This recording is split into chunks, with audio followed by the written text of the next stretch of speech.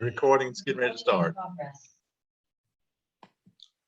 Okay, let us pray. Father, we thank you so much, first and foremost, for life.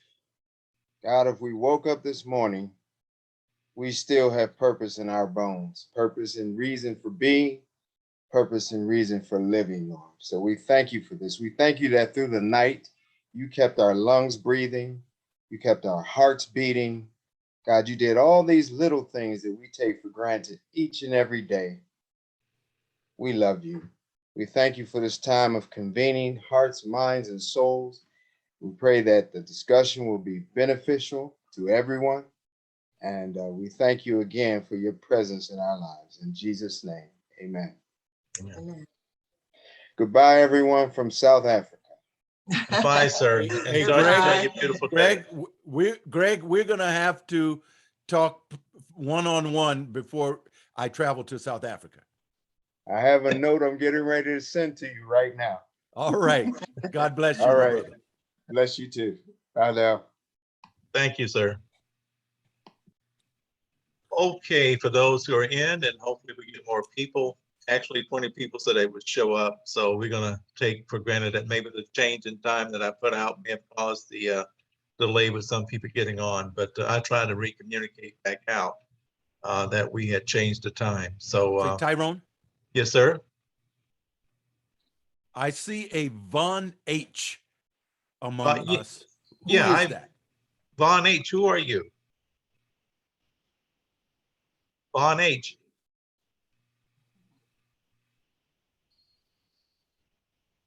I have no idea who that might be. I don't want to reject anyone from the meeting, but I do like to know who's in. Like you would, Roger. I kind of want to see faces, and you could be a Facebook spy, Vaughn H. Vaughn H, can you identify yourself?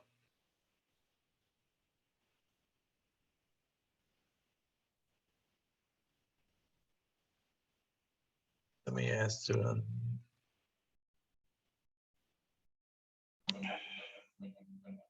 Hello.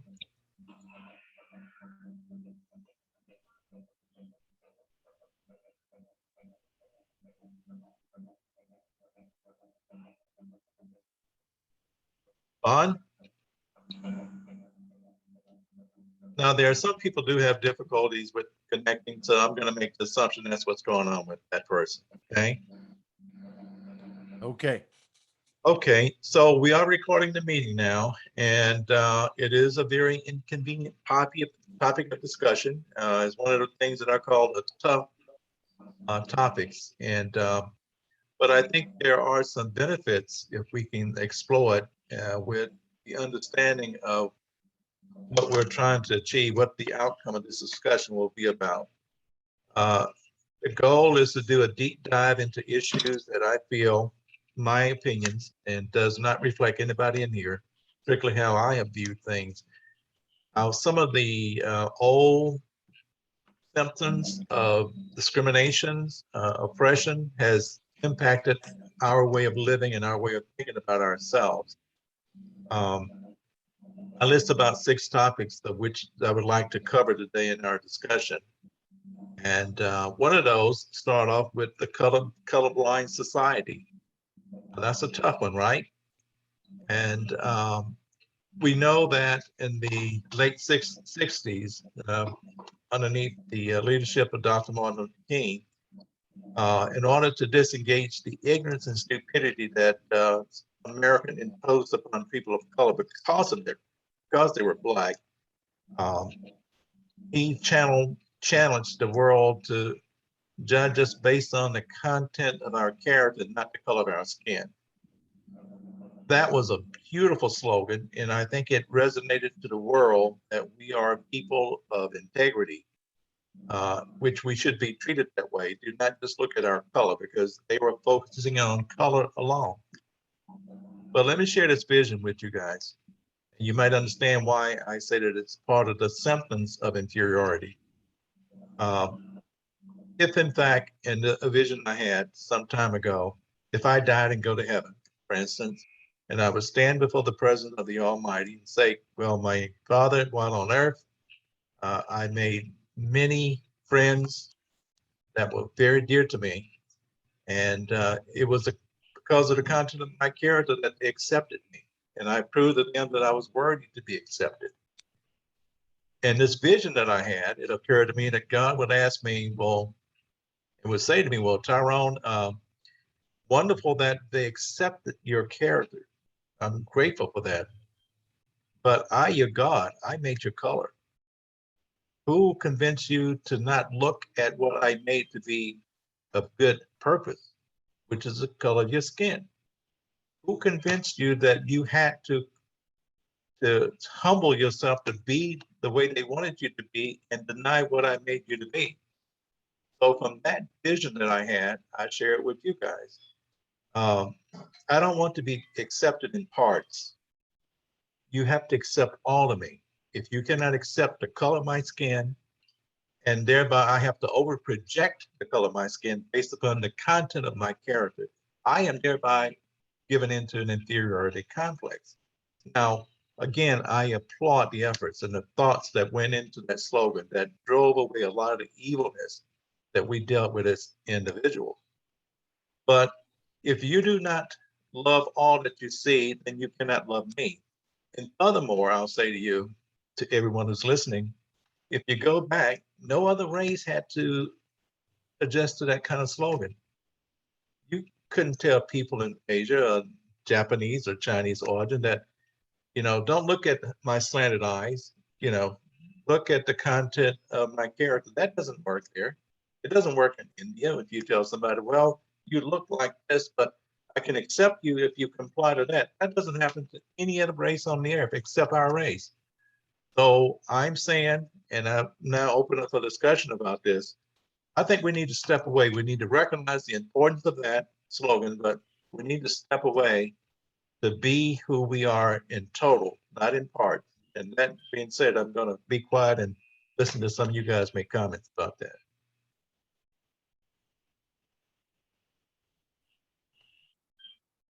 I can't hear you, sir. It's interesting that you raised that. What's interesting is that as I reflect on my life, I stepped away from that concept when I was 8 years old, and I'm 75 now. When I heard Martin Luther King Jr. say that, I only said to him, "Amen." I've been thinking this way for a very long time. But my perspective is I don't have to ask permission from anyone to accept me based on the content of my character. It is a given. It is a matter of my existence. And so I move forward, becoming all that I can become. And I've always done that from childhood, and not allowed someone else to define me. In fact, on my Facebook page, what I write is that I strive always to avoid being defined by popular culture. That is how I go about my life, and I've been able to develop relationships with all kinds of people as a result of that, because I simply don't. Once you embrace that concept, you hit the nail right on the head. You accept the assumption of inferiority, and therefore an obligation, to accent your character for other people when that's simply not necessary, at least for me. Miss Valerie, would you like to share an opinion about it? I saw you listening, but also I was looking at the way you were listening, so it tells me that you got some beautiful thoughts to share. And if it's against, that's fine. Just No, kind of my background is coming up as the preacher's daughter. My dad's a minister. Two of my three brothers are, pastors, of course. So my upbringing was and we were kind of in an interracial religion. So it's ironic that, the subject of race and color and the differences, everybody was judged accordingly, to who they were. And it wasn't until I reached more of a teenage years that I started facing this overt racism. And it was a shock to me that, wow, the way I look really, really affects someone else this way. It was, it kind of hit me at a later age than maybe some people, that, there was such overt racism. I knew it existed, but it didn't really affect me until I, hit my teen years. And it kind of happened abruptly as we went to a skating rink. It was a group of us who went skating, Black and white. And they couldn't find my shoes, but I went to retrieve my shoes to turn in my skates. And they said, well, who took them? I said, well, that boy right there took them. And the guy said, who you calling a boy? As a white guy, who you calling a boy? UNB. And I was just like, my eyes just blurted open. And I couldn't believe he just said this to me, because I couldn't find my shoes. And then someone else who was not related to us, a Black guy, jumps over the gate. And there's like a race riot that starts here, all because I couldn't find my shoes. And I said, the boy took them. There was a little 10-year-old kid probably that took the shoes. And it just, it floored me. So here I am talking to police to tell them, well, this is what happened. I'm 15 years old when this occurred. So it kind of, it was a blindside, like, why is it such a serious issue? And what was wrong with me calling a 10-year-old kid a boy? It was just, and there's other things that have happened in the course of time, of course, but like I said, judging someone by the content, that's always, it's always what I've done. It's always what I've learned to do. And that's just how I've accepted other people. And, I hope they accept me that way. And if they choose not to, that's fine, because that's their issue and not mine. So I've had to learn to just that was their issue. And that's something they have to deal with, of course, in this world and day and time, there's some other issues that we deal with, especially in America. Especially, as you've seen, with police interactions, and just, if you've heard about the Karens and the Beckys and whatnot, there's other issues that are going on too. But like I said, that's their issue, and they're just trying not to internalize what someone else's problem may be. Now, Luca, this may be more so an American issue, but Nigeria, you guys have had your issues over there too, with the so-called superior race, and with the oil industry, as you spoke of, that you've shown pictures to me about and shared with me, by the way, how your natural resources are taken from the land and there's no benefits. So I don't think it's a fact of content of character, it's a content of humanality, respecting the humans. You and your family and other members in Nigeria should be more respected, but there's no respect there. But anyways, I think you got what we're talking about. But you have any comments to share? All right, thank you very much, Mr. Tyron.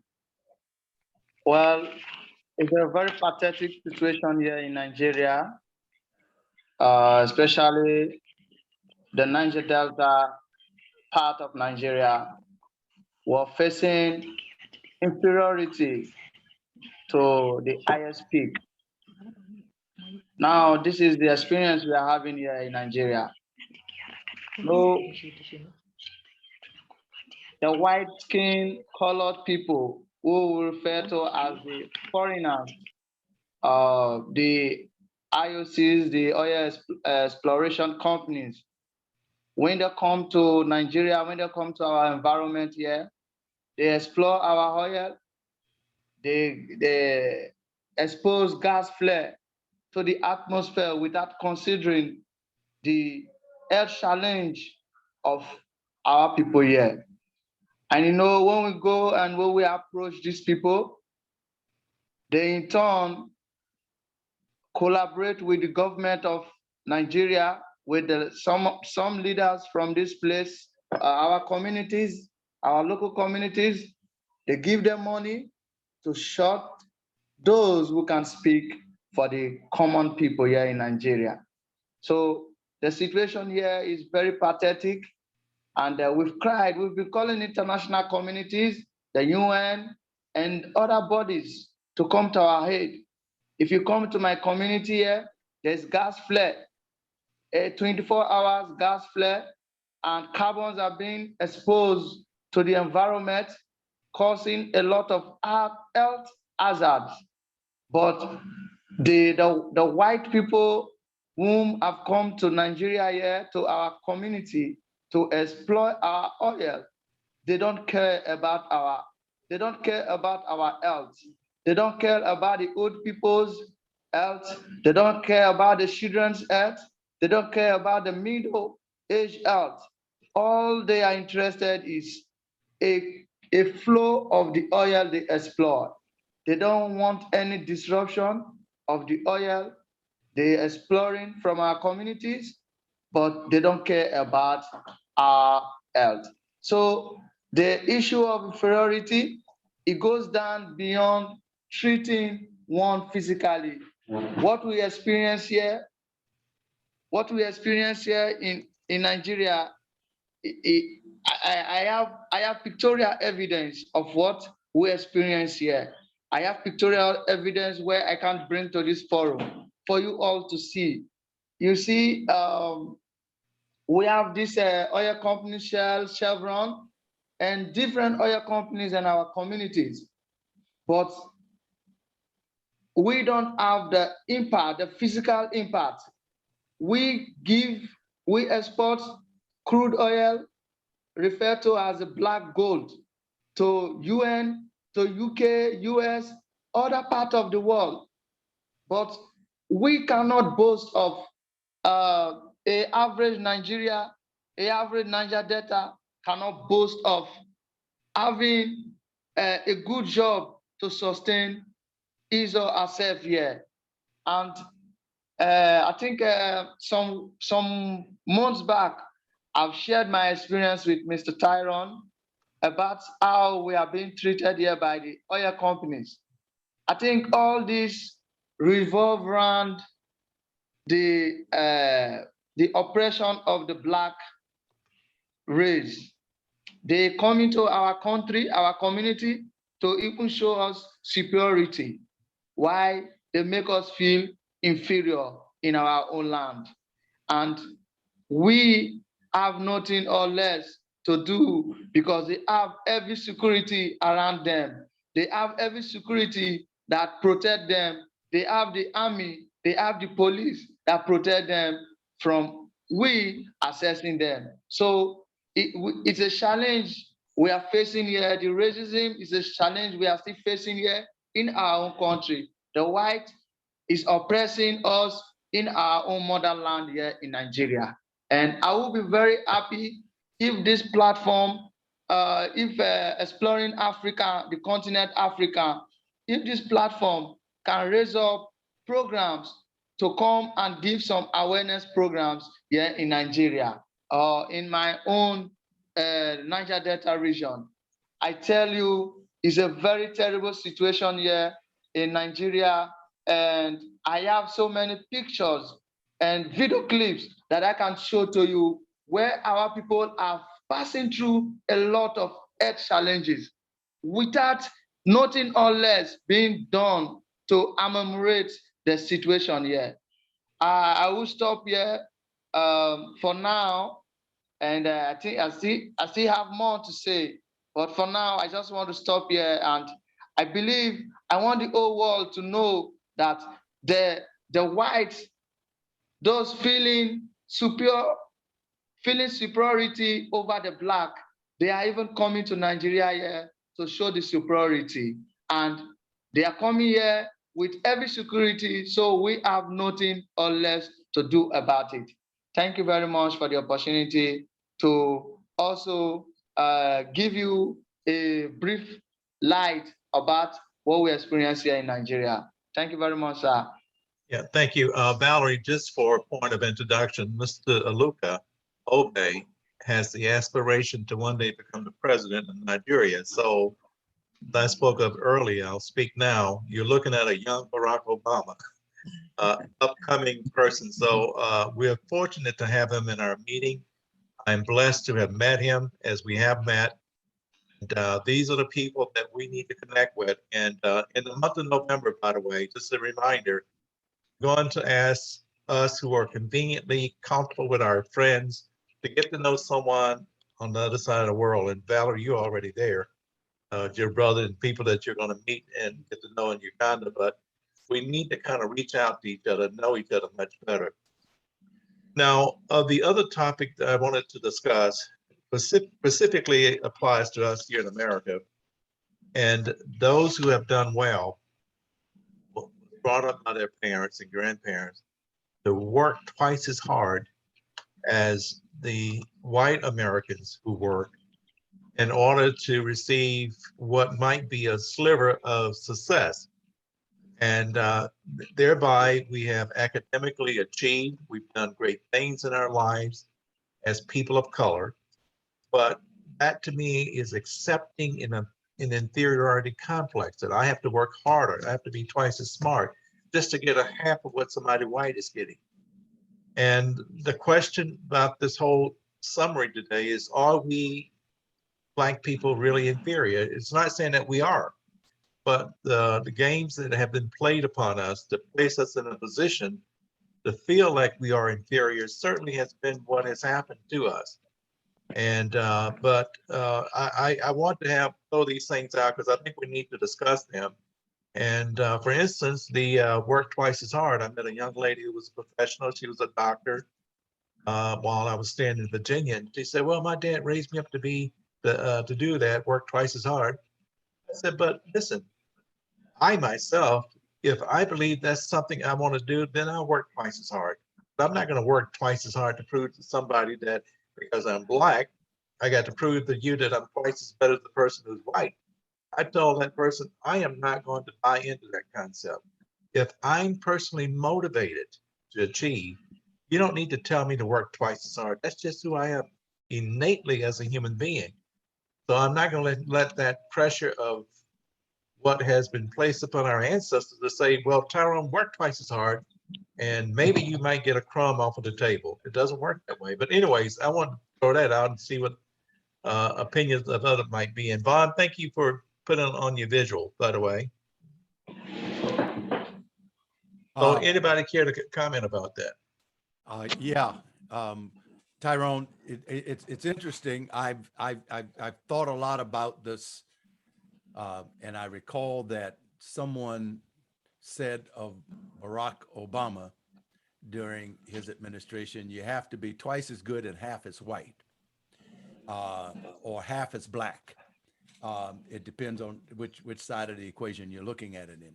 But you know, as I think about that, there are two perspectives that come to my mind. One is we start from a place where we're not playing on a level playing field at the very beginning. We start from a place of disadvantage, and that disadvantage is not an accident.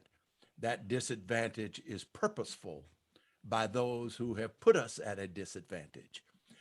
So starting from a disadvantage, if you're going to live out your life and accomplish what you will, the option that's available to you is to work twice as hard. That's one of the only avenues of success available to you. The other perspective, however, though, is if you're convinced in that scenario that you have to work twice as hard because of something inherent or innate, then you've got a problem, because that is what racism does to us. It says you are inferior, and therefore, before we will accept you as let's say before we will accept you, because they don't accept us as equal, but before we will accept you at all, you're going to have to demonstrate through your effort and hard work that you are worthy. I reject that second perspective, but I recognize the first. We are functioning from a position of disadvantage, and the way to overcome that disadvantage is to work harder. That's right. Miss Valerie, do you care to speak as a female who obviously have more challenges than the black male, I would think, in terms of how that tennis shoe issue that you told me about earlier, and the mere fact that the little white guy called you an NP. What about from your perspective? Have you in your life were you compelled to work harder to go against your would-be other employees because you were black, and you're in the banking industry too, I believe. Is that correct? Right. Yeah, I've been banking and insurance, yes, for 30 years plus, but it's you know, maybe and part of this, like I said, I have to go back to upbringing because that has a lot to do with, my way of handling the situations or maybe, conquering certain challenges. But, from school, beginning in school, it was like, you're always, you always got to strive to be the best. My mother was really great at that, in education and making sure, we had all of our studies completed, and as the minister's children, we had to have our Bible lessons completed before we could do our school lessons. So I looked forward to school. So, but just having that regiment of reading and learning and education, that started early. Then it was like I said, as I began to get a little bit older, then I could see where there were, challenges of having to be better than, that challenge of, working twice as hard to just get, equal or less than pay. And it was frustrating, but then it's like, keep doing what I've been doing. Because what I was doing was really kind of setting me up to kind of work through this racial problem. I did work hard. I always worked hard. I always kind of stressed over working hard because I always wanted to be, top of the class, top of this, better at this. And it kind of gave me I'd say a better jump start in some aspects. But yeah, then I could see there was less reward though. There were times and challenges when I got into the workforce where, well, they didn't want to promote me, but they wanted me to train the people that they promoted. Or there was this secondary exception, oh, we'll pay you more, but we won't give you this position of control or of a higher position of authority. We won't give you that, but we'll compensate you. Basically, is what I saw later on. So those are the challenges I faced, later on, especially when you're in banking, especially in banking. I worked a few years in the finance industry, and I saw the redlining that I'm sure you're familiar with. Oh, yes. So, oh, yes. and now, Luca and on H, thank you for putting your video on. I appreciate it. Sorry, but we wanted to make sure we knew everybody who was there. And do you care to make a comment, on?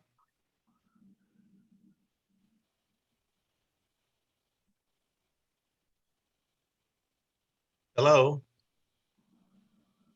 I think you might have difficulties connecting.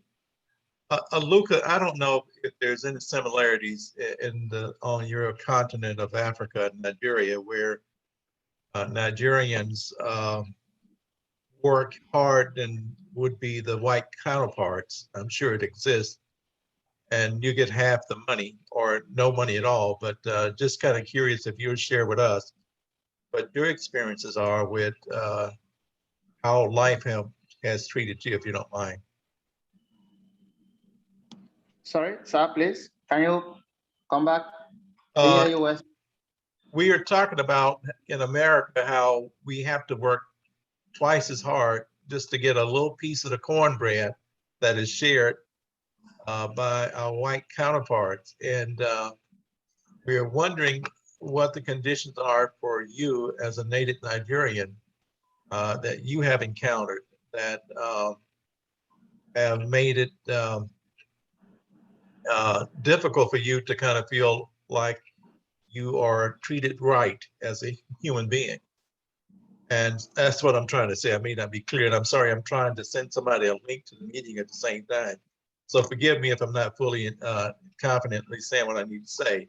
But what issues have you encountered, Luca, that when you see the white Europeans who are in Nigeria, how they're living and how you have been born there, worked just as hard, but you're receiving less, I guess, if that makes sense. Oh, okay. Yeah. Yeah. Well, you see what the Americans, the character they express towards Nigerians here, I think is a step and is a challenge to us here in Nigeria to work hard, and we are just hoping one day the story will change, just like we are doing now, just like this platform exploring the Africa continent is doing. I believe when this whole program goes around and try to get into the heart of the people, even the Americans will come to the senses that what they are doing to the Black, what they are doing to Nigerians, what they are doing to Africans, they have to come to their conscious, subconscious mind that they are really not treating us bad. And I wish that day to come, and I wish it to come very soon, because you see, this ill treatment has resulted to a lot of anarchy and violence here in Nigeria, especially in some part of Africa. And it is because of this ill treatment making us look like slaves in our own lands, in our own country, that has made some of the youths take up arms against the Americans and even the government that are in collaborating with these people. And like what Mr. Roger said, it is for us to work harder to become a better person of our own version of who we are. So as a young Nigerian that I am, I'm trying to change the narrative by looking beyond beyond my environment, by looking beyond the government and the whites, how they are treating us. That is why I key into this program. I think I'm the young Nigerian, myself and Mr. Black Lemon. We are the only Nigerians that are pursuing to participate in this program, this whole program, and we call it a real privilege. I don't think any Nigerian who is in same age bracket with me and even far above me have had this such opportunity to come here to speak to people who have experience, who are timber and caliber. And you know, I think I have been encouraged, I have been pushed to work harder, and that's what I am trying to do here in Nigeria, because my thinking and my orientation has changed about the environment. Because here in Nigeria, if this is my right and I want it, you deny me of it, we go into violence, any means to get it. But as an exposed person that I am, I have changed the narrative by going peaceful, by handling things peacefully, or using dialogue means to demand for what I know is my right. So I think I'm leaving a footprint to be a better me for my children and prosperity to speak about me tomorrow. Sir. Wonderful. So it is what your personal motivation happens to be. I wanted to welcome to the room Mr. Anton Hall, very distinguished member of the Exploring the Continent of Africa, and he is very distinguished, got a great education as well. And but we're now in the midst of the discussion. I apologize to you, sir, for the inconvenience that you have encountered.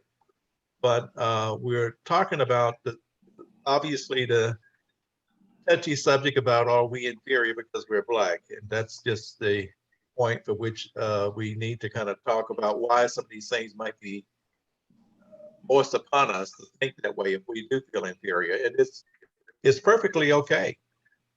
With the centuries of oppression that we have gone through as Black people, okay to say, look, I was inferior, but I know that I'm not inferior, if that makes sense. But also I want to welcome Mr. Lemon Black. He's in the room as well. He is the recording artist. And Mr. Madison, I've sent you a copy of his song so you can listen to it, Africans Unite. Mr. Anton, if you want to just say, and the subject we're talking about now of being inferior is working twice as hard, probably get less compared to a white counterpart. If you want to share your opinion about that.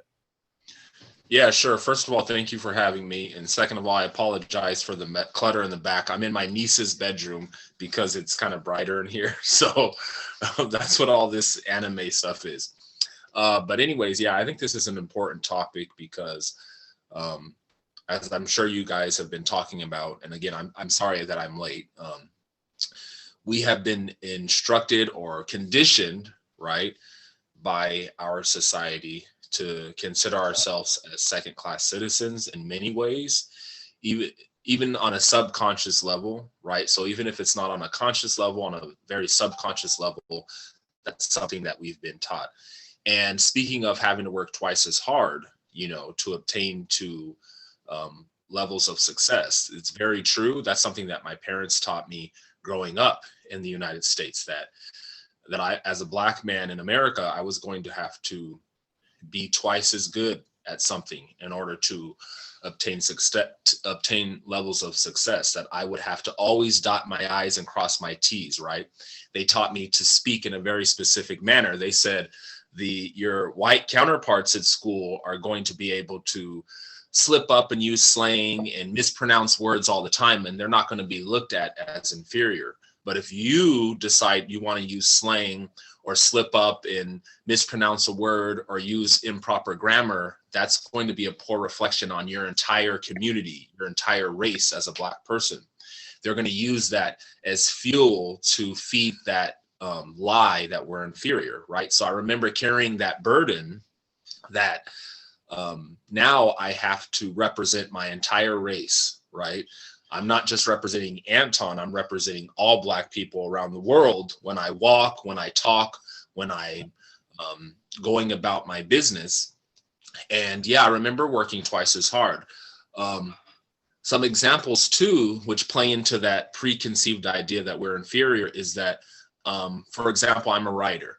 And so that has always been one of my strong suits. And I remember being in school and submitting papers, and I'm sure some of you can relate to this. And the teacher would call me up and say, "You wrote this, Anton? You really wrote this?" And I was like, "Yes, why?" They're like, "This is so good." And of course, if I were white, that would not be an issue. But because I was Black, they were shocked that I could write, a well thought out and creative paper, right? And it would sometimes be the best paper in class. And they were shocked that it was produced by a Black person because their preconceived notion was that I was inferior, including being an inferior writer, right? So yeah, that has definitely played a role in my life.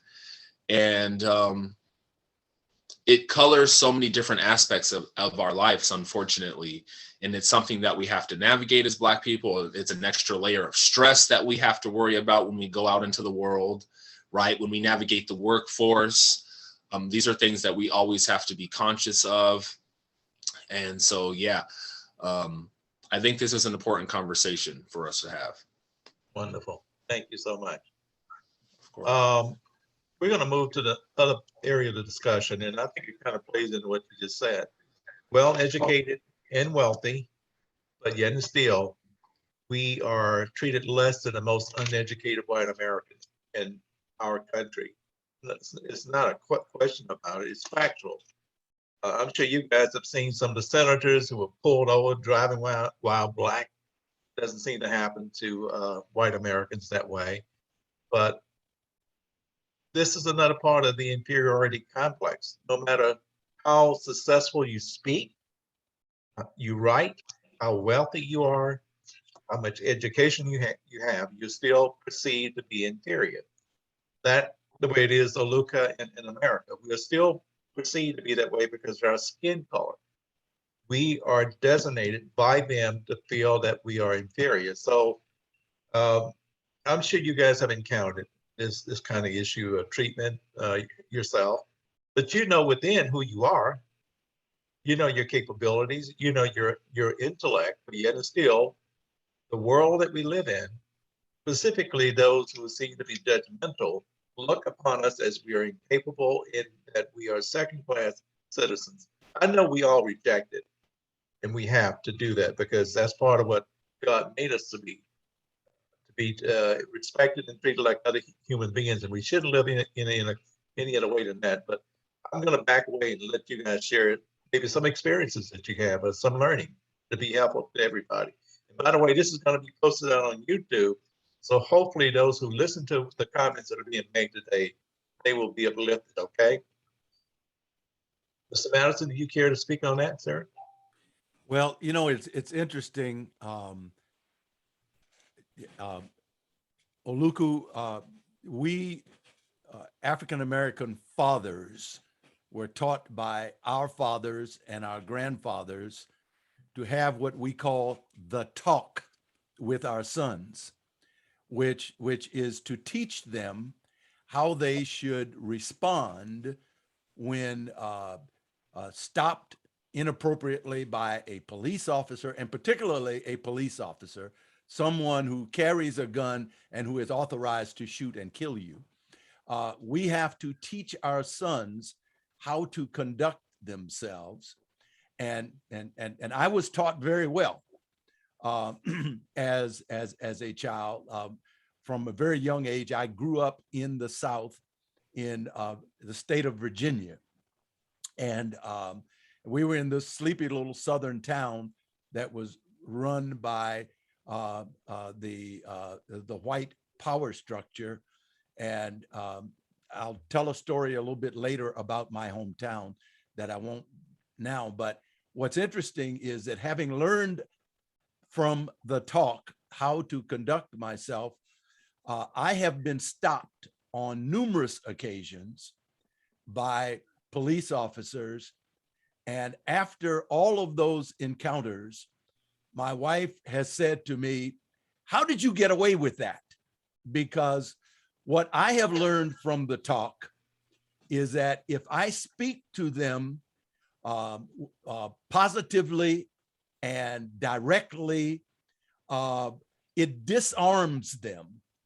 I drive an expensive automobile, and I have been stopped on a number of occasions. The last time I was stopped, I made a U-turn in the middle of the street so that I could get a parking space on the other side of the street.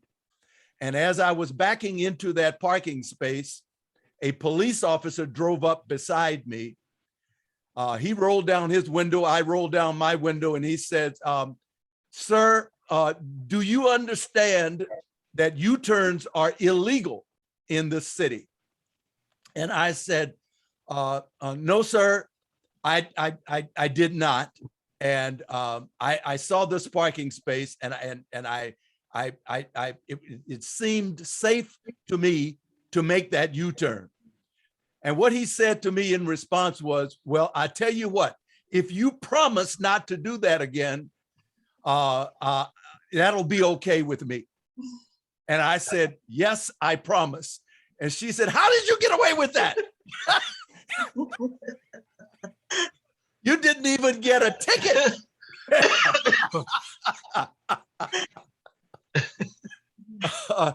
But I have always looked them directly in the face and directed my comments positively and confidently. And so I have avoided some of the very negative experiences of being dragged out of my car at gunpoint and such. But I grew up in a time when I could not eat in a restaurant. I could not drink at a white water fountain, because in Virginia, where I grew up, there were water fountains labeled white and black. And I had to walk around the back of the building to get my food. I could not walk into a restaurant. I had to sit on the back of the bus. All of those things constantly were trying to inform me that I was inferior. I simply rejected them. And I conducted myself with confidence and with self-respect, because our grandparents taught us that whenever you leave home, Anton, they told us directly, you absolutely have to represent our race. You need to show these white folk that we are not inferior as they seem to want us to be. And the only way to counter that is to act differently. And that's what I've always done. Beautiful. Right. Are you on the spot again? If you shared some of your experiences. Who is that for? Valerie, if you will. As he was speaking, it kind of reminded me of some instances. I wish Tracy were on here, because this is his story. Tracy's a wonderful speaker, yes.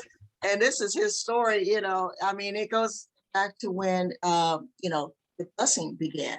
You know, they started, you know, busing blacks to the, you know, outer lining county schools, and I missed that part. I was just a little bit older than them, so I kind of missed that. But he and my sister were bused to a school that was in an all-white neighborhood, and the first thing they did was wanted to test them. They, you know, give them, you know, different tests, and so they did these IQ tests. Well, you know, they were in the school for probably a month, and after the results came back, they found that his IQ and my sister's IQ were at its genius level. So I think his was 146, hers was 136. From that day forward, he began to be harassed by the phys ed teacher of all people, just harassed for no reason whatsoever, because they knew he was smart and they were threatened by it. You know, my sister got a little bit of it, but my brother really caught the brunt of it. And it got to a situation where the teacher actually, there were people standing in line in a hallway. You know, our brother, the preacher's son, you know, he's standing there, you know, quietly, and he tells him to be quiet, and he takes my brother's books and shoves them into his stomach. Tells him to shut up. He's like, you know, everybody saw he was quiet, but, you know, he wants to harass him. And anyway, he got upset. He went to the principal's office, went straight to the principal's office. They didn't tell him to go. He went there and told him, you need to do something about this teacher, or else I'm going to have your job. And this is what he told the principal.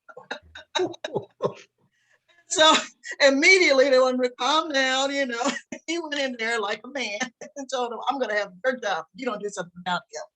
And that it kind of changed things from that point forward. But he went and told him that if he didn't do something about this teacher, and he told him about all the harassment he had gone through. You know, my parents had to go up there, and you know, because they didn't even know what was going on. And you know, so it shut it down immediately. But yeah, like you said, he went in very authoritatively and told him that he's going to have his job. Mr. Madison, you must meet Professor G, as I refer to him. Her brother Tracy. I will make sure. I'm looking forward to it. Oh, you guys got to meet. Yeah. Mr. Luca, I think you're sitting there, sir, if you want to chime in, and we're talking about being well-educated, being wealthy, if that might be the case, and still treated not equal, but less than a poor white human being, part of the inferiority complex that this world seems to land us and place us in. So if you care to speak from your Nigerian perspective, I would be appreciative. And by the way, again, everybody, just to make you aware, Mr. Aluka has the plans to run for the president of Nigeria one day. So just be aware, you're looking at a young, distinguished gentleman. And I think that he's going to achieve that. But anyways, I'll be quiet and let you speak if you care to do so. You're muted. Take your mute off. You muted your speaker, Luca. Okay. All right. Thank you. Thank you very much, Mr. Tyrone. And I want to once again say thank everyone that have been part of the program, that have been part of the meeting. Please, can you please just rephrase on what I should speak on, sir? Let's say in your own country, Nigeria, you are the most educated person over there. And also you're the most wealthy person in Nigeria. If you go out in the communities and there are whites who are there, would they look upon you as being above them or you being below them? Your perception, how you are perceived as a human being. Do they see you as being less, regardless of how educated you might be or how wealthy you might be? Do they look down upon you because of your skin color? I guess is what I'm trying to say. Do you see that, or have you experienced that in Nigeria? All right, thank you very much. I think before exploring the continent Africa, before this day, if I see any American in Nigeria, because of the value, the orientation I've had from my childhood, I would always take him to be superior over me. But now that I have, hello, can you hear me? Yes. But now that I've been given the orientation, now that I've built my mind, I have the awareness. I think no matter what, if I have money or I'm the richest in my community, I will always put the white, the American, where it belongs in my own community. And that has to do with how I packaged myself, which is the mindset, that how you present yourself. Make them, they say the way you present yourself, that's how you will be addressed. So even the president or the Nigerian state, they can feel inferior before the Americans here in Nigeria. It's just it's like a syndrome. It's like a syndrome here in Nigeria that the Americans are superior over the black, over the Nigerian. And honestly, from this day forth, that thought had changed within me. My mindset had changed because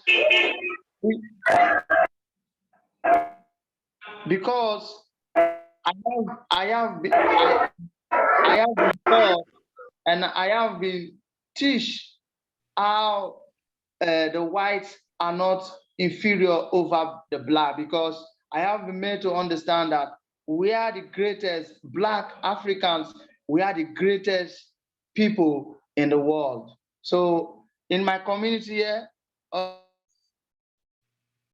encounter such situation, I will present myself in a way that not even the American or the expatriate, the whites, will want to oppress me with their skin, with the color of their skin in my own country. That has to do because I have changed my mindset and my orientation has changed towards the white, that they are not superior over me.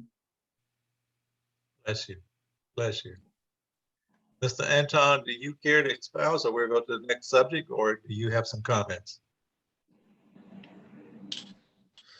I think we could go ahead and move on to the next topic. I just wanted to say, in response to what the gentleman before me was saying, is that like you said, like you pointed out, it is about our own orientation towards ourselves that really matters. You know, it's how we view ourselves, how we understand ourselves, and that really is what matters, right? There will always be someone out there who looks down on you for a multitude of reasons, right? Including our race, our color, our skin color. But the way we view ourselves, the way we carry ourselves, the way we learn about ourselves is really important. And I just wanted to add that I was fortunate enough to have been brought up in a household where my father really taught me about our history, starting in Africa. I think a lot of African Americans, unfortunately, especially because the schooling system out here does a very poor job of explaining our history, our rich history and culture in Africa. My dad took it upon himself to teach me and really instill in me a sense of dignity about coming from Africa. And that really helped me have a positive outlook on who I am, right? As a Black person, as an individual, I had a sense of dignity, knowing that my ancestors are from the continent of Africa. Whereas a lot of other African Americans I encountered, unfortunately, had a negative opinion about being of African descent, right? And I'm sure we've all encountered those folks who will say they're this and that, and you know, try to identify with every other racial group except Black, because they were taught that we were inferior, right? So yeah, to his point, it's really important that we educate ourselves about our history, because that helps give us a foundation, and really work towards having a more positive outlook on who we are as individuals, because that way the outside world will not be able to shake us and shake our confidence in ourselves. Wonderful. Thank you very much, sir. The next topics, I'm going to combine two. One is about Black communities and successful Black individuals. For a fact, we know it to be true that the worst maintained communities in America that I know of is Black communities. And for us to succeed in life, people of color, Black people, we have to move into the white community to say, oh, now we're successful. Because the Black community that we move from, unfortunately, represents failure or an inferiority living standards. And I don't know how to tackle this with a tactful way to say that things can change, but the crime rate, as you know, is higher in our Black community versus other communities. And a lot of us, I'm one of them, we move away from our Black communities in order to improve our living standards, supposedly, only into communities in some instances that does not accept us. I'll give you an example. In my life, I moved in a community that had a swimming pool, 4 swimming pools, golf course, very nice community. And across me were my neighbors, and they saw me living there for an extended period of time. They never reached out and never spoke to me. Obviously, I'm the Black person in the community. Until one event occurred with my wife and a neighbor's wife across the street. And my wife came home so excited. She said, honey, I met our neighbor across the street. They're such nice people. I said, you mean the one who's been over across the street for 2 years? She said, yeah, the kids kind of spoke to our kids and they kind of had a very good, meaningful meeting. I said, wow, that sounds exciting. She said, well, how do you feel about it? I said, well, we've been over here in this house for 2 years. They've seen us for 2 years. They looked at us for 2 years. Never did they reach out to speak to us. And I told my wife, said, okay, here's the deal. I'll wait 2 years from now before I decide to speak to them, because I am not going to be looked upon as being inferior in any instances, in any way. So 2 years from now, I'll speak to them, because they had every opportunity when you and I tried to speak to them. They chose not to. So part of that issue that we have in this country, I believe, is that being in certain parts of America, we are distinguishing ourselves to be successful, only to still be rejected. So let me close up and see if there's anybody that want to comment about that, if you will. Yeah, I'd like to make a comment. You're right. A lot of times people in our community, we do end up leaving the Black community, in search of greener pastures right outside of our communities. And there's a lot that goes into that historically, of course, as we know. Black communities were thriving actually, right even after the emancipation, right, of our ancestors. A lot of Black communities in America were thriving communities. Even though we had been oppressed and enslaved for hundreds of years, we came out thriving post-slavery. There were Black Wall Street, which was Tulsa, Oklahoma, was a very successful, thriving Black community. One of my ancestors, his name was called Free Frank. You can Google him. He's actually in the museum in the Smithsonian, and he started a Black community, I believe it was in Illinois, and it was called New Philadelphia. And there are some historical activities going on there, some archaeologists digging up some of the remains there. And it was a very successful, thriving Black community. And he actually was a pioneer because he allowed integration. All right. But what happened was a lot of these Black communities were strategically attacked by white and as well as by the governments and by other private enterprises. They attacked these Black communities in various ways. Economically, for example, in New Philadelphia, it was on the train stop. Well, they decided to move the train so that it no longer ran through that Black town because they didn't feel comfortable seeing successful Black people, right? As we know, Tulsa, Oklahoma was bombed and attacked. And the Black folks in that area were killed and chased out of there.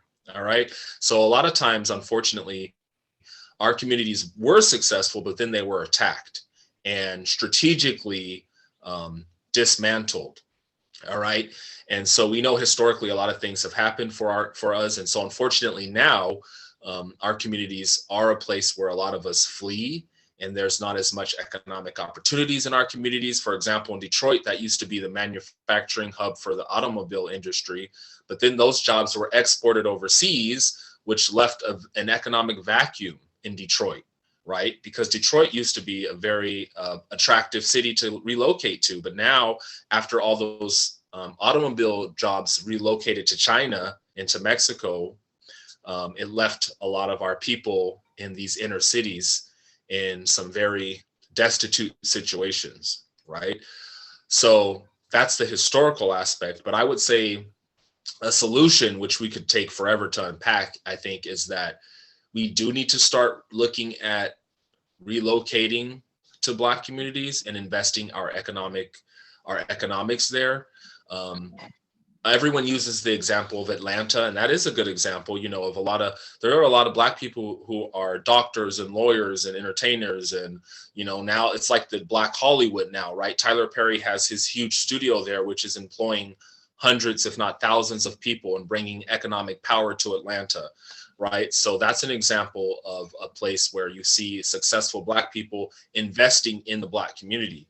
And if we could replicate that, and of course, Atlanta's not perfect, no city is, but if we could replicate that in other majority Black cities or historically majority Black cities, then I think that would really help us and help our future generations. Thank you so much. Valerie, I'm going to put you on the spot because you being a banker, you know all too well how discriminatory behaviors have been used to keep the Black community from improving the way that many homeowners wanted to invest in their property. The redlining that we spoke of earlier, I'm sure you're familiar with that. If you want to kind of comment, you're certainly up to you, but I'm not trying to put you on the spot intentionally, but I think That's okay. I'm retired now. I'll talk. Oh, you're retired. Okay, speak on. Okay. No, I've experienced some things firsthand that were clearly, they just totally racially motivated. I can give you one example in, working for one of the mortgage companies. They were reviewing, our upper, supervisors were reviewing accounts. Oh, these people have had this account for several years. Let's look at reducing the rate. Rates should lower. Wait, what? Happened to be some people that I was acquainted with through my younger brother. So contact him, get the lower rate. One of the local managers decided to bump that rate up. And it was like, I don't believe you're doing this to them. They've been clients for years, and they've been told to lower this rate, but you want to raise it. You want to lower it, but not as much as it was suggested that they qualify for. And I just took it on myself to call the client. I said, look, don't accept anything lower than this, because this is what you're approved for. And I just told them, I said, this is what you're approved for. So when they came in, they looked at the rate, they said, nope, we're not taking it, and I'm sure the manager was upset, but I just told him, I said, look, don't take anything lower than this. This is your approval. This is what you're approved for. Don't take it. But the sad part is, I don't know how many other people they did this to. I just happened to know this one because there was someone I knew, recognized the rate, and got to look at the file and saw, oh, wait a minute, no, you're not going to do this. But, and this thing, it happens daily. It doesn't just, it's just not a one-off situation. It happens daily. It happens all the time. As far as, when you qualify for a loan, you get the higher rate. Or, if you don't know and understand, finance, you'll get the higher rate, or don't understand the power of your credit score, or, the power of your credit history and your job stability. You may not understand that. You have a right to demand a better rate. You have a right to say, hey, this isn't acceptable. And believe me, if you turn them down, they will reconsider, or someone else may. But sometimes we just have to know, the strength of our power and what we have to offer. Because, many times we don't, and we'll accept less than because this is what they told us. Wonderful, wonderful. Well, Mr. Luca or Mr. Madison, you guys care to comment on the fact that our communities are typically the worst communities of all, and it's not personally the responsibility of anyone. In many circumstances, it is made to be that way because of the inferiority complex. They don't want Black people to live in nice communities. So do you guys have any comments you would like to share about that? Yeah, I've got a couple of experiences that I'd like to share quickly, and it has to do, obviously, historically, post-slavery, with segregation, Jim Crow, and all of the financial redlining that Valerie knows all about that took place. We were living in a cage. What happened in the early, after the civil rights movement in the 60s and the 70s, when some of those fair housing barriers were struck down, et cetera, we who were upwardly mobile wanted to move to places where two things happened. One, our asset values appreciated, and two, we had access to better community resources, schools, parks, safe neighborhoods, etc. The Black community itself was not always a place of crime and a negative place to live. We just wanted better, and everybody always wants better. What happened was two things. One, as Black people moved into better communities, I'll say better, not they happen to be white. There's a phenomenon that economically is documented. If the number of Black people in that community reached about 10% what followed quickly was white flight. So what was previously an all-white community, once it became as much as 10% Black, it shifted quickly to a majority Black community. And the very same house that you paid $400,000 for in the Black community was worth $600,000 in an all-white community. The value of that property did not appreciate once that community started to shift to be a Black community. Two things that I've experienced along those lines is that one, a friend of mine, when I asked what happened to our community, the local community that I grew up in, and he said, the problem is, Roger, you left. And he said, I don't mean you specifically. He said, the best of our community left. What the Black community was all about when I grew up, we had lawyers, doctors, entrepreneurs, businessmen, folk who owned groceries. Everything that existed in the white community existed in our community, but on a much smaller scale. The community was safe.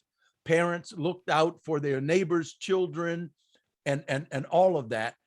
But the most successful among us, the most ambitious, the most upwardly mobile, left that community. And what we left that community with were the least educated, the least employable, and those whose situation was horrible, even when we were there. We just took care of them. But when we left, nobody else took care of them. And so that's the phenomenon of the quote Black community that I've experienced as we've moved. And the interesting thing, Tyrone, as you were talking about your neighbors, what my wife and I have done, I worked for the IBM Corporation throughout my career before I retired. And I worked for IBM when those three letters stood for I've been moved. We've moved 13 times. And what my children who grew up with us, obviously, know how to do better than anything else is to meet strangers and make new friends. So whenever I moved into a new community, and almost everywhere we moved when I was working for IBM was a predominantly white community, the first thing I did after the movers got all of our stuff moved in is that I walked across the street and down the street and introduced myself to all of my neighbors and told them we had 2 children and asked them about the schools and whatnot. And then I went back home. Now, they stayed home and I stayed home. They didn't invite me to their backyard barbecues and I didn't invite them to mine, but they knew who I was and I knew who they were, and we'd speak when we were out cutting the grass and we were friendly, but we were strangers in the same neighborhood, so to speak, after that initial introduction. But I just wanted them to know that they had a neighbor who took just as much pride in this neighborhood as they did. And once we got past that, everything was fine. Now, here's a story that shocked me more than any other. The community we live in now, when we moved here, our children were all grown.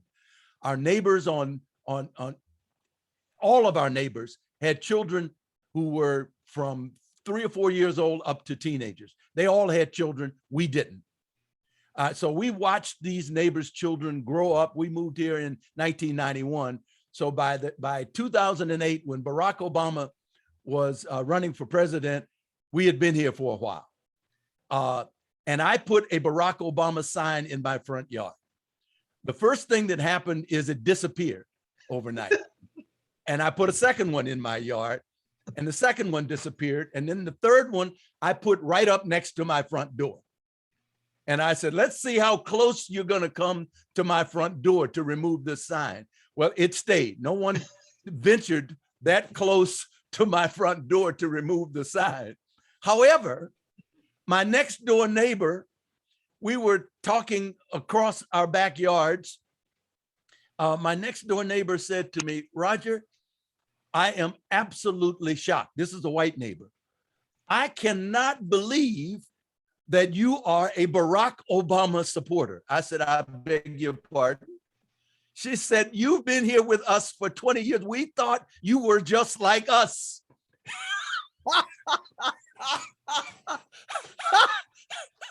And they said that, they weren't apologizing for saying it. They were just surprised that somehow or another, I didn't get the memo that Or the invite to the barbecue. or the invitation to the barbecue. And, but that actually happened. And shortly after that, they moved. But it's interesting that in these communities where we move to, they don't know how to receive us. So I don't leave it to them to make that decision. We're active in the local Democratic Party. I go to school board meetings and stuff like that. So even though we don't have any children in the schools, but what happens to us in this neighborhood now that we're retired and my taxes keep going up because the values are going up and the school board keeps imposing new levies to raise our taxes. When that happens in a Black community, a poor Black community, people who've been there for years get priced out of their own community. They get taxed out of their own community and gentrification sets in. And then folks ask the question, well, how come this neighborhood is so much better now that white folk are coming back? And that annoys me when I hear that. Just annoys the heck out of me. But there's nothing inherently wrong with our neighborhoods. It's the economic structure that works against those of us who are not upwardly mobile. Beautiful. Sir, you are, I am grateful that you're on here today. I really am. You are, I've known you some years back, and even better now that we have reacquainted ourselves. By the way, I want to welcome one of my coworkers, Lisa. I see that you're in the house, and I know you're on mute, but we're engaged in this discussion about, are Black people really inferior? And I think it's a discussion that we need to have. So if you care to chime in, or when you feel appropriately to say something, Lisa, I'm leaving it up to you, okay? Thank you, Tyrone. And how are you doing today, by the way? I'm doing well, thank you. Very good. Okay, if anybody else care to chime in on the discussion, at this point, we're talking about having to live in a white community and the way the demise of the Black community happens to be. You certainly welcome to do so. We'll proceed with the last part of the discussion. So I'll momentarily wait to see if anybody else care to make a comment. I just wanted to say that, does someone else want to say something? Go on, Anton.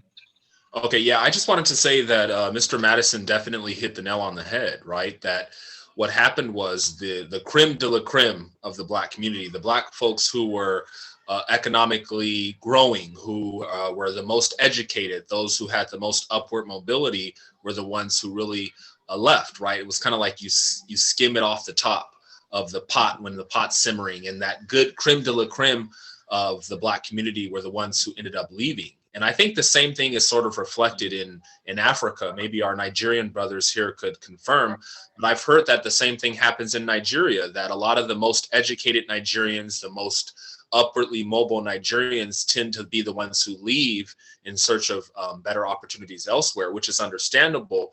But then what happens, unfortunately, is that it leaves those who did not have an opportunity to leave, it leaves them, you know, in a more destitute situation, right? Because, like, for example, here in the States, when the upwardly mobile Black folks left the majority Black communities, they took with them their economic power, their resources, and their knowledge. They call it brain drain, right? There's a brain drain that happens because they leave. So yeah, I just wanted to concur with Mr. Madison on that.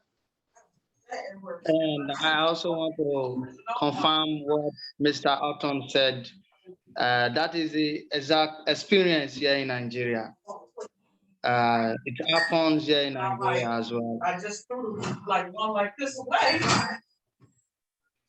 That's all what's the name looking for these.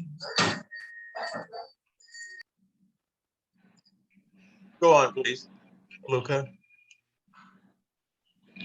All right. Thank you very much, sir, Mr. Tyrone. Well, the situation here is a bit different. It's quite different from the US over there, because we live as Black people around here, but we still have those people who feel they are better than those who don't have much when it comes to finance, like the economic power. Those in authority, they feel those who are the lower level, they are better than them. So when they go to glass house, they forget where they come from, which is the root, the place that built them up. They always abandon that place. They abandon the grassroots where they come from. So it's a situation we also experience here in Nigeria, like my experience and what I've been passing through in a couple of months now. I think I shared my experience with Mr. Tyrone some 2 days back. Where I am now, we produce the largest oil in Nigeria. The largest oil in Nigeria. I'm a graduate of medical biochemistry. I graduated 2017. I've served Nigeria as a national call. I've served Nigeria. And as a youth, after coming out from school, I'm expected to, like, the government or the leaders, the governors, put us into a good working environment. But like what I was sharing with Mr. Tyrone, the situation here is very terrible. As graduates, as a people who have everything around us, it's just like we have everything. We have water, a drum of water around in our own house, but we have soap entering our eyes. That is the experience here in Nigeria. And those that have the opportunity to assess the wealth of the environment, to assess the wealth of the community, has amassed it, has embezzled it to themselves alone, making those that does not have the opportunity to feel very wretched, neglected, and abandoned in the streets. So, like what I was sharing with Mr. Tyrone, I said, it's very terrible here. Like, I'm seeking for a job. Like, I have opportunity where I can take my CV to the government, to the oil company, where they can employ me freely. But the opportunity is not there. We've been denied those rights. Even our own people, our own Black people, are maltreating us here. So it has to do with the mindset. It has to do with the mindset and the values we create for ourselves. Because if we don't have these values, like what Mr. Mansi said, he said their parents taught them when they were much younger. So to handle, to face situations, to face some encounters, but the Nigeria situation is quite different. The Nigeria here in African situation is totally different. We are still being oppressed by our own people. Those that feel they've climbed to the top and they leave the ladder behind, for those who are coming up, not to get to that stage where they are.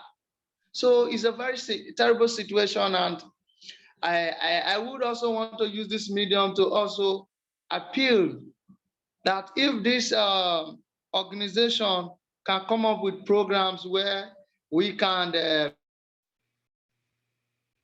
people are passing through a lot here. I think in the last few months or last 3 months, we percent suicide because our people, the young people are taking their lives here because they have no hope. They are in the street and they have no hope of tomorrow, what tomorrow will be. So they are taking their life. And it has to do with self-value, self-morals, which I have in my own little capacity, I've said for myself. And I've looked at society differently from what some persons are looking at in a very broad way.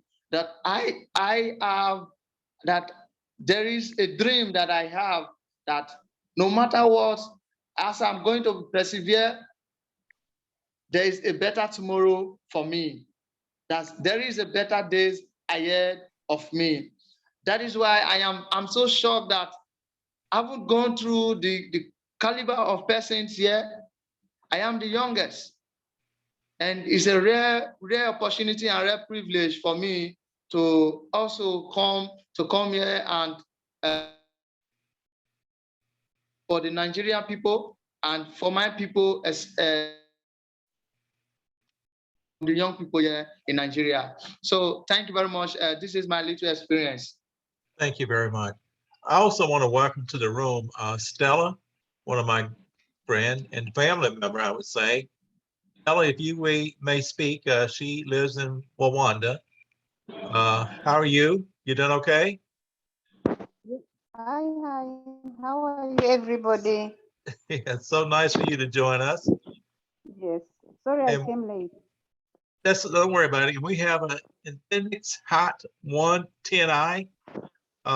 If you turn your video on, we would appreciate it, please. I think I know you, but I'm trying to recall you. Can you see me? Yeah, no, I see you. Yes. And there's another Okay. individual, Infinix Hot 10i. If you will turn your video on. Listen, so we're going to go to the last part of the discussion. And this is specifically in America. I don't know about Africa, but we certainly might have some similarities. In America, the educational system is a critical criteria for how you succeed in this society, no question about it. But, and to that point, our Black ancestors pool their resources together to build colleges to further advance the intellect of individuals who needed that type of advancement. But with that is the development of the HBCUs. These are Black colleges across the country. I have noted in my experiences, and you guys may have different experiences, but in today's society in America, when Black parents want their kids allegedly to get the best education, they send them specifically to white institutions because Black institutions are feared to have inferiority teachers. The concept itself doesn't give their child a competitiveness or give them the education that they think their child deserves. So as a result, the HBCUs are overlooked by a lot of Black parents. And I will share a personal experience I had when I was working on the military base in Virginia. One of my coworkers, she was an exceptional achiever. She had a daughter that wanted to get a law degree. And at the time I recommended a university, she looked at me in an appalling way and said, "Are you joking me?" And I said, "What's wrong with that university?" "That's a Black college. I'm not going to send my kid to a Black college." I said, "What's wrong with the Black college? I want my kid to have a better education." I was shocked at her approach to that and in the way she thought about it, but she was speaking in the way in which she felt about it. She felt in order for her child, who was very smart, obviously, to have the best advantage, she or he must go to a white institution. And I think that is part of the inferiority complex that we have in America, that we cannot trust our professionals or our professionals are not professionals, if that makes sense. So I'm open up the discussion for that for you guys. If whoever cared to chime in, please do so. Tyrone, this is an interesting subject that I've thought about and an awful lot. My mother is a graduate of an HBCU, And during the 60s, in the middle of the civil rights movement, during the long hot summers, and we in the South were visited by so-called freedom riders, well-meaning white folk from the North who came down South to help us out. And among them was a young white college professor who I encountered when I was 16 years old. And he said to me, Roger, you seem like a very bright young man. What do you plan to do with yourself as you graduate from high school? I said, I'm planning to go to college. And he said, where are you planning to go? And I said, well, my mother went to Virginia State University. That's what it's called today. And my dad is partial to Hampton, and I've visited Winston-Salem down in North Carolina. And he looked at me very paternalistically, and he said, Roger, I don't mean any disrespect by this. He said, but as bright as you are, so here we are, we're on the verge of some breakthroughs in this civil rights movement. And there are many white institutions, larger institutions that are beginning to accept Black students. And I would encourage you to consider going to one of those schools. And he said, I hope this doesn't offend you. He said, but I've visited a lot of HBCUs in the work that I do. And most of them are little more than advanced high schools. That's what he said to me. Look, it just shocked me. Long story short, I took his advice and I went to the George Washington University in Washington, D.C. And when I got there, I encountered the shock of my life, because I had grown up in all Black schools my entire life, and I was absolutely unprepared to matriculate at the level of education that the George Washington University was operating at. My college classmates were better prepared. The first English paper that I wrote came back with more red marks on it than the black ink that I used to write it with. I didn't write well. I was not accustomed to the lecture method of learning. I was not prepared for the blue books. Those of you who are old enough to remember blue books. Novela. where the professor walked into the classroom, wrote 3 questions on the board, and he said, you can answer any 2 of these questions, and I expect you to write 10 pages on each one of your answers. I was not prepared to learn nor to respond that way. Long story short, I flunked out of George Washington University, spent 7 years in the Air Force, and went back to George Washington University and graduated with a 4.3, not 4.3, a 3.3 grade point average after factoring in all those D's that I got when they flunked me out. Because between those 7 years, I learned how to learn. And that's what I taught my kids, that going to college is about learning how to learn. And many of the HBCUs simply don't have access to all of the resources. Their libraries are not as extensive. Their laboratories are not as well funded. Their professors are not as well endowed to go off to sabbaticals and explore the world to prepare themselves better to teach their students, et cetera, et cetera. It's a question of resources. Many of the HBCUs are much better resourced today than they were in 1964 when I went off to college, but but there is still a huge gap. And it is a function of that 250 years of slavery and the 100 years of Jim Crow, when there was no place else for my mother to go to school after high school, but to an HBCU. And today, many of them have not been able to recover from that disadvantage. Beautiful. I have a question to Roger Tyrone. Beautiful, Lisa. Thank you for chiming in. Go ahead. Hi, Roger. This is Lisa. I have a question for you. Do you feel that way about Howard University? Because I just don't have that. I don't have that understanding that they lack resources and that they. So, are you speaking of all historically Black colleges, or? Oh, absolutely not. The Howard is probably the best of the best,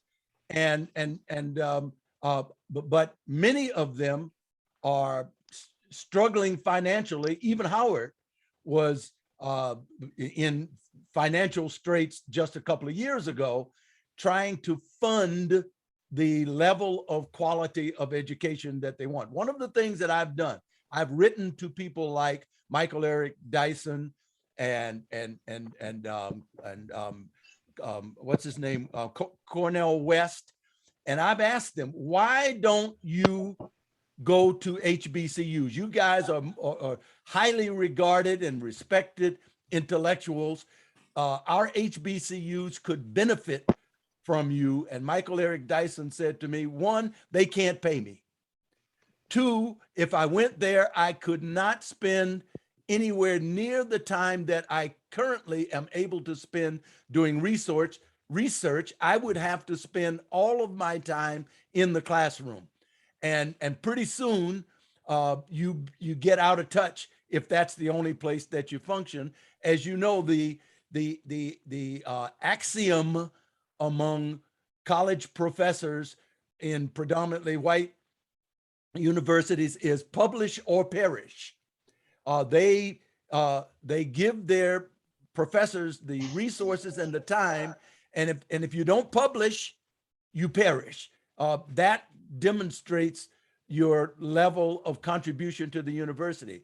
I didn't understand that until the second time I went to George Washington University. Most of my professors wrote the textbooks that they were using in the classroom. They were not teaching from somebody else's work because of the research and the publications that they were able to do. So you go into the bookstore in the George Washington University, and for the classwork, what you find is that the professors that are teaching the classes, it's their books that you have to buy to participate in the class. That shocked me. But of course, that was back in the 70s. Nobody uses books anymore. Everybody else does things digitally nowadays. But it's just like Tyrone and the others of us were talking about our communities. The best of our best always excel. And that applies to Howard University and other, if I'm familiar with, I'm very active in UNCF, for example. And there are very good schools and there are others. And the very good schools are as good as any school you can go to. Thank you. Stella, you wanted to comment?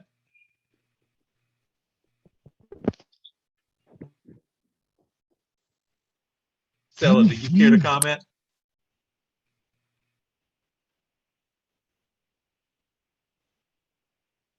Okay, anybody else care to chime in? Mr. Madison, you are a superb person. I thank you for being on.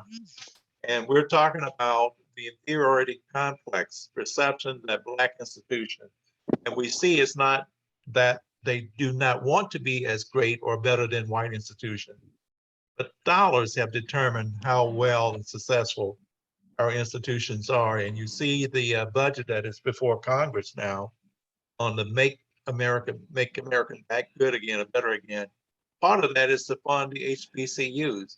They realize that the HBCUs have been underfunded, and thereby, to your point, Mr. Madison, they can't do the things that other universities have done, who had the freedom and the financial resources to do that. I think Tico Thomas has their hands up to comment. Hello, would you unmute yourself, please? Tico? Yes, hello. Hi, Hey, hi, how are you? very good, my friend. I'm very well too. Sorry, I came in a bit late. Don't worry about that. Yes, but I think you had handled maybe over 50% of the discussion. Yeah, 50% of the discussion. Okay. But I think I can share something on the insight I have in Uganda here. About what is happening concerning inferiority complex. Okay. So in Uganda here, it's a big problem really. And this happens in a way that, you know, when we have the white folks come in Uganda here, they are given really special attention when a white man or a white woman walks in. You walk in together, you find the reception or the front desk manager would actually prefer to give attention to a white man or a white lady and ignore you. So it's a big problem here. And yes, I can also share on actually a similar story with what my brother shared from Nigeria. He talked about classes here in Uganda. Here we have classes. We have classes of those who are really rich, who have money. So such people who have money, of course, when they walk in a place, they would, get serious attention. And you who doesn't have money, sometimes when you walk in a place, you will not be treated with much dignity and respect. So that's a problem we have in Uganda here. That's briefly really what I can say about this discussion. Thank you guys for giving me this opportunity to share this. Maybe I'll share along as we proceed. Yeah. Thank you very Thank you. much. Thank you. Any other comments about the disparity or the inferiority complex that's created from the fact that our Hello? institutions are funded differently, and thereby the better education obviously will go into the white institution? Any other comments about that?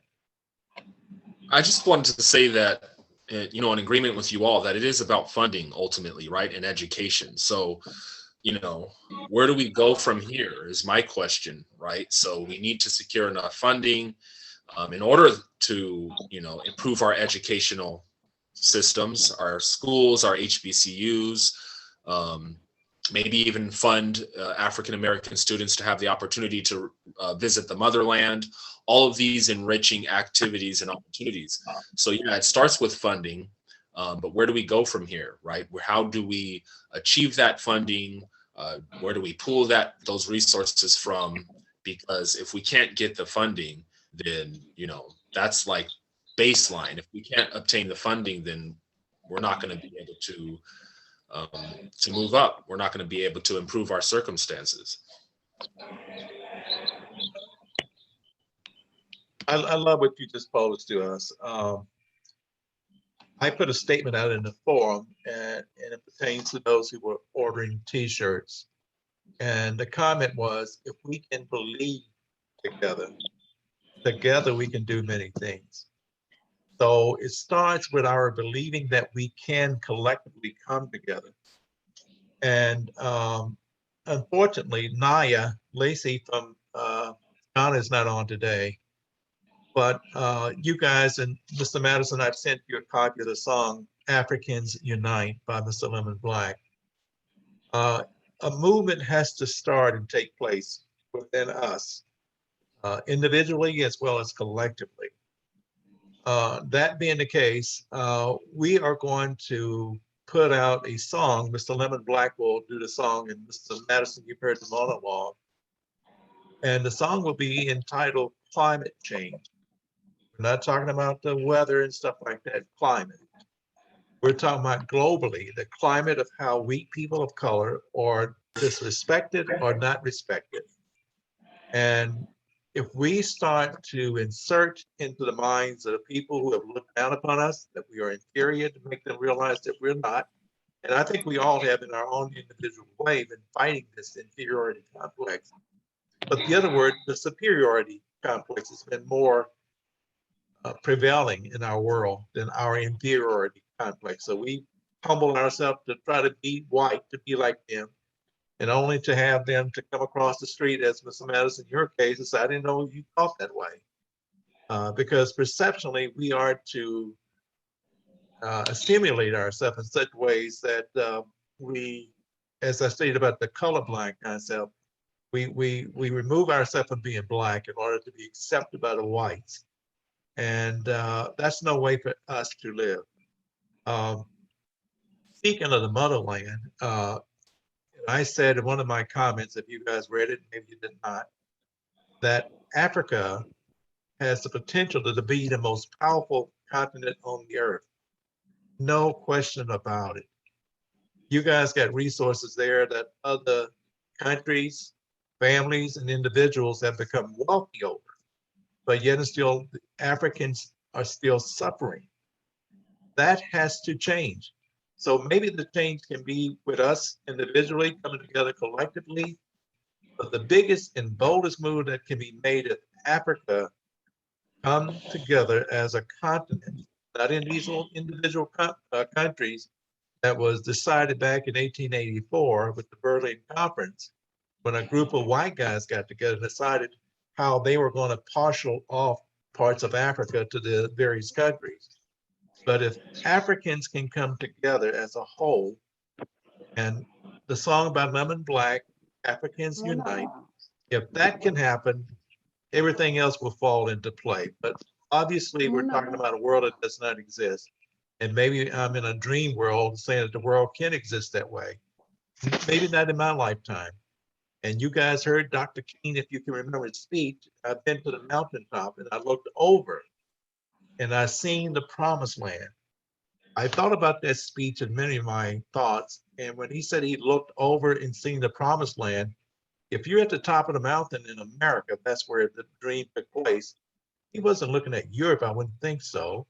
He wasn't looking in the northern part of Canada, nor was he looking south, South America, Central America. When he said, I looked over and I seen the promised land, that, in my opinion, which was not clarified in his speech, was the continent of Africa. And I don't think he was wrong in that speech. It's just that he didn't say, I looked over and I seen Africa as being the promised land. Africa is the promised land. We know that for a fact. Even the name itself, the first original name of Africa, says that it is the home of the Garden of Eden. It is the home of mankind. And unfortunately, we have been in the academic world, Europeans have successfully staged us to think less of ourselves and who we are. But God thinks more of us than obviously the Europeans do. And I think we just have to come together. And Anton, what you talked about can happen. I believe it will happen. And maybe not in my lifetime, but if we consistently believe something, it will happen. It can happen. But anyways, let me be quiet because I can talk too much at times. Please forgive me. Somebody else might want to chime in, please. Tyrone, I have a perspective on that comment about the promised land. And I'll cast it in two frames. One frame is this. This gathering today is the promised land. We are the promised land that Martin Luther King was looking forward to. Our journey, the conversations, our intellectual enlightenment, our outreach and connection with our brothers and sisters in Africa. That is the promised land. We are a part of the promise that he foresaw.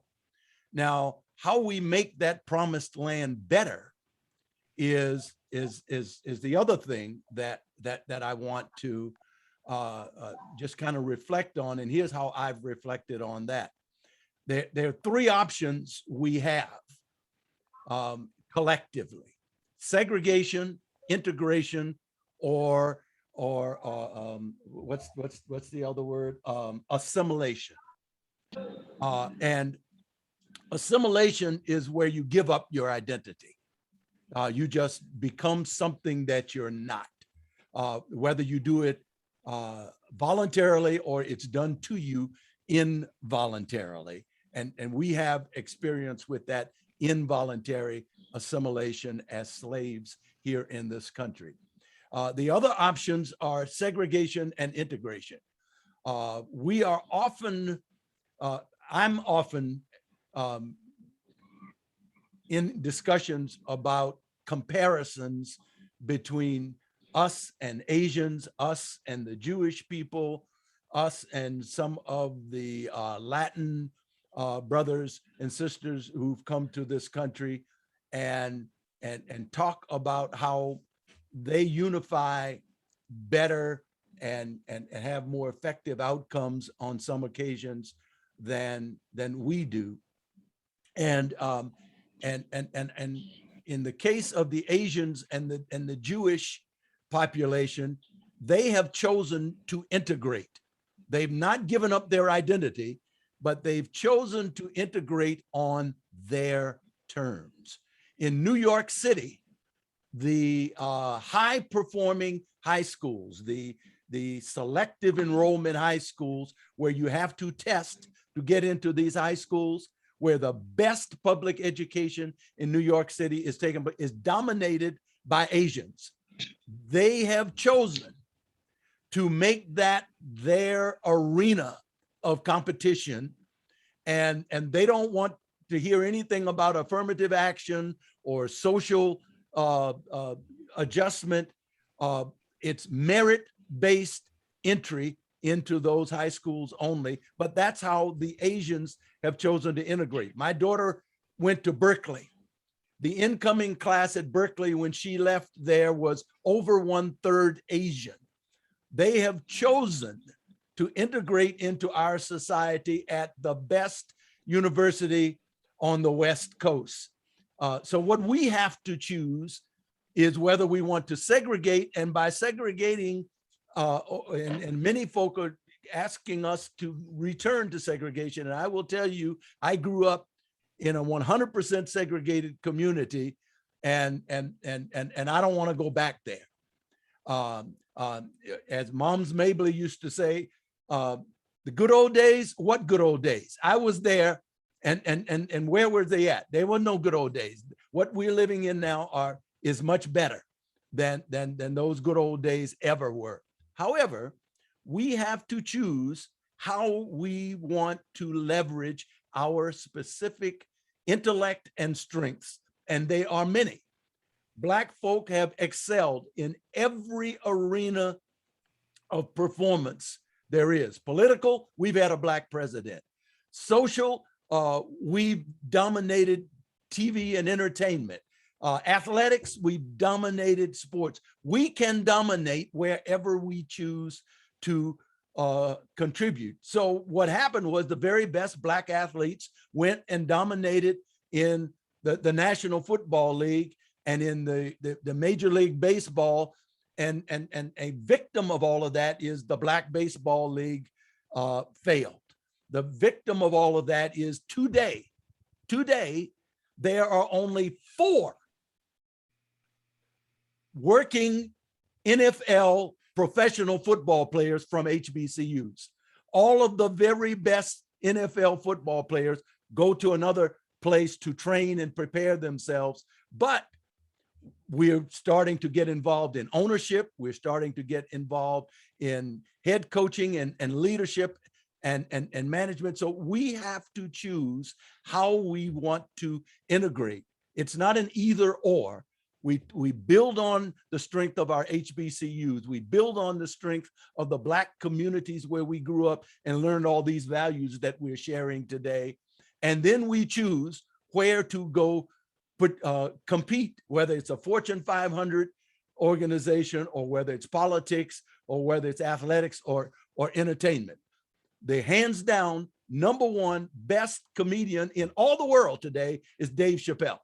He walked away from $50 million when they were asking him to be a buffoon and a coon.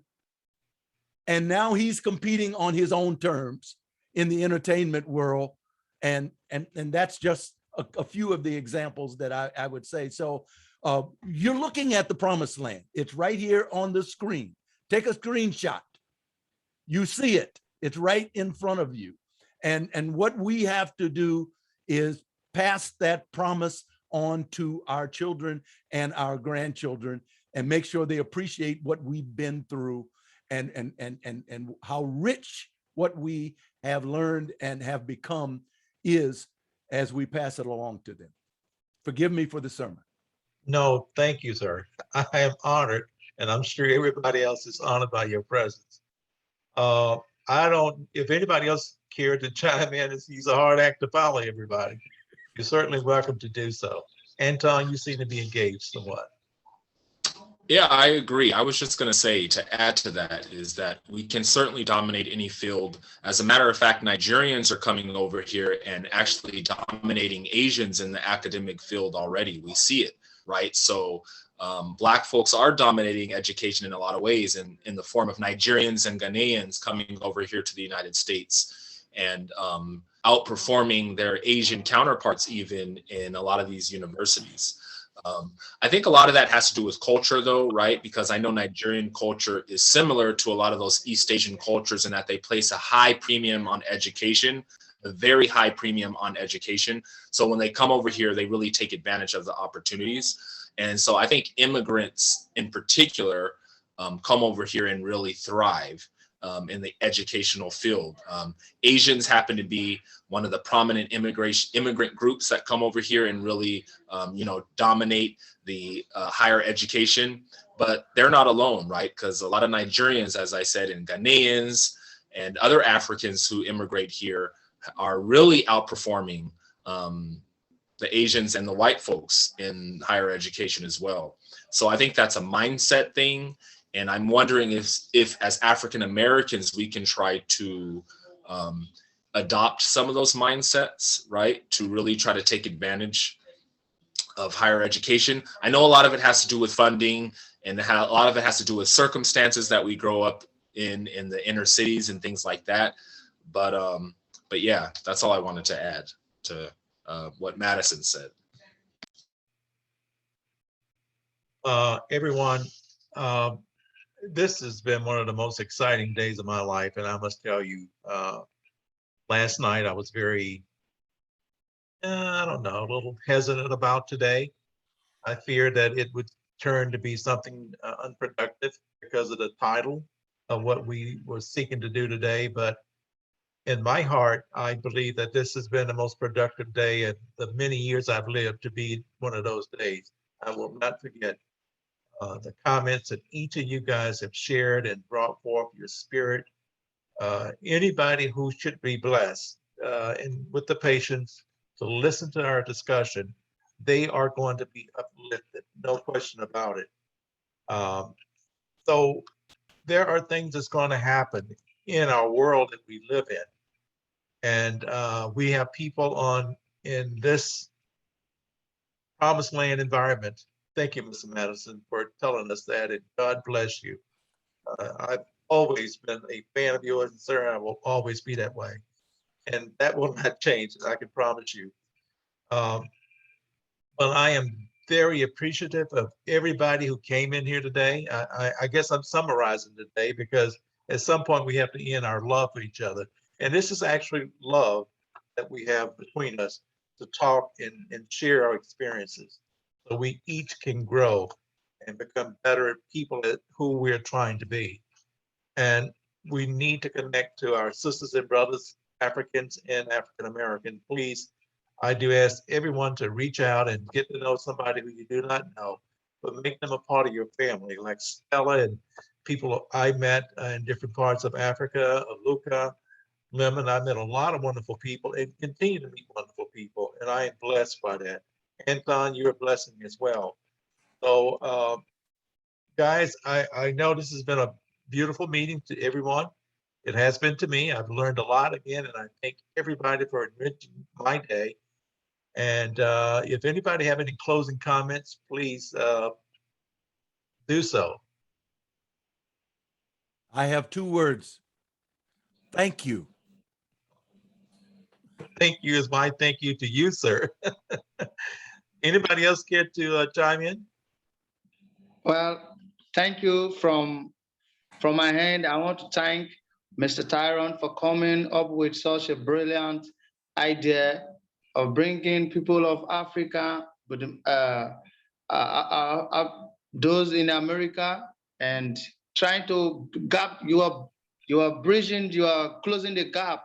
That is, you are building a bridge between those in America, the blacks in America, and those in Nigeria, in Africa in particular. I want to thank you for this opportunity and for meeting a lot of people, a lot of Africans and Black Americans, African living American. I want to thank you.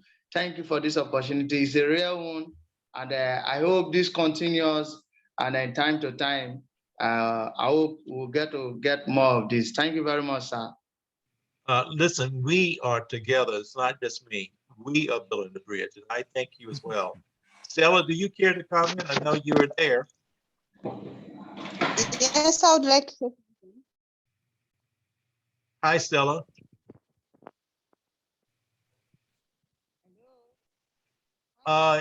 You might be trying to speak, but we're not hearing something from you. I would like to say something. Can you hear me? Yes, I can. Yes, we can. Yes. Yeah, okay. I think that you've all discussed about how we are strong in every field. Let it be sports, let it be politics, let it be education and everything. So what is left now is we have to have confidence. The problem with most Africans don't have confidence. That is where the problem is. So if we can get some confidence, we can approach everything, we can approach everybody, we can do whatever we want to do. We don't have to have that inferiority complex. Beautiful. Absolutely. Yes. Why would we have inferiority complex? We are educated, we can work, we can do everything. So why would we think that whites are better than us? Why? Why do we accept that? Why do we accept that? We should Well not, stated. not at all. We should not.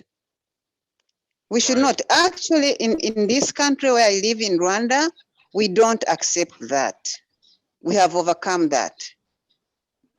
We have overcome that. We don't. Yep. We do not. Our national language is Kinyarwanda. When the president is giving a speech, he speaks in Kinyarwanda. When it is international, he speaks in English.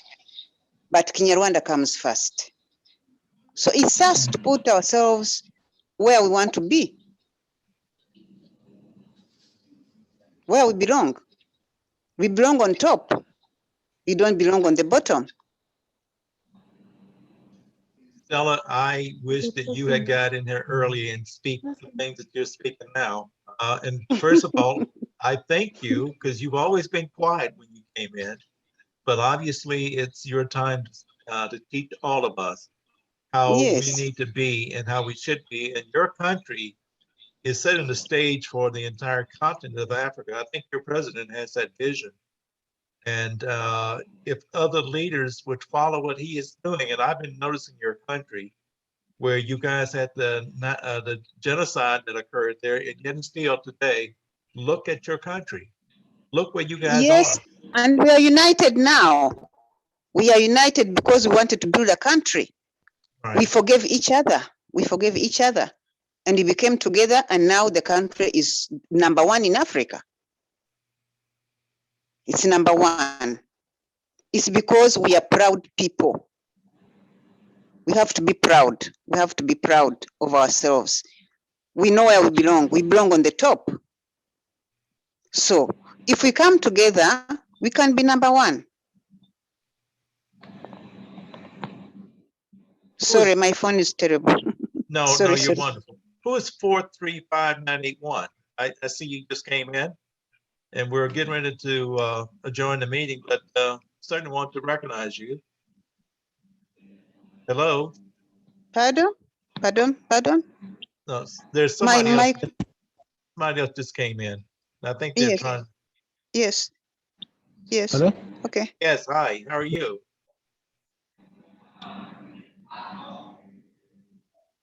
Hello?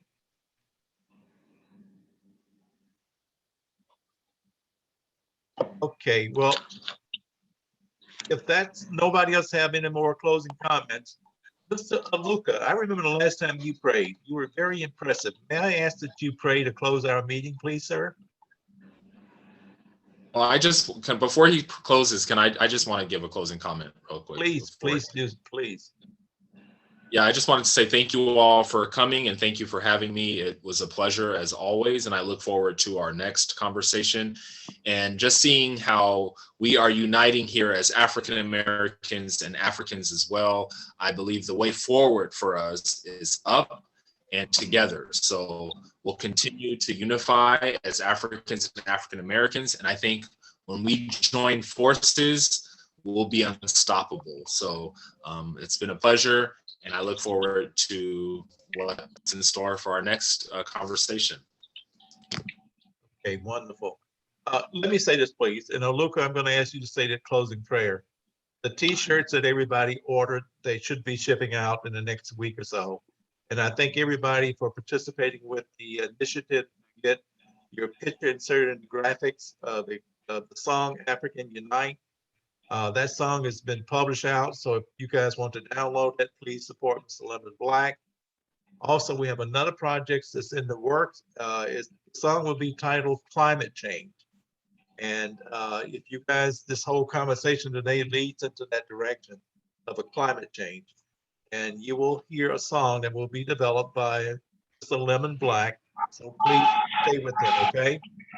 But with that, Mr. Luca, if you'll unmute yourself and give us a closing prayer, we would appreciate it. And again, everybody, if you don't know, Mr. Luca is aspiring one day to be the president of Nigeria. So I wanted him to close our meeting.